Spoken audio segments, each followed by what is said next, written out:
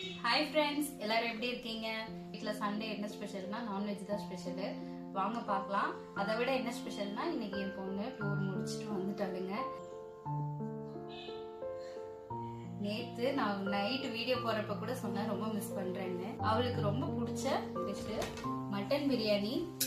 நைட்டே சொல்லிட்டா மட்டன் பிரியாணி செஞ்சு கொடுங்கம்மா அப்படின்னு. இன்னைக்கு என் தங்கத்துக்கு மட்டன் பிரியாணி.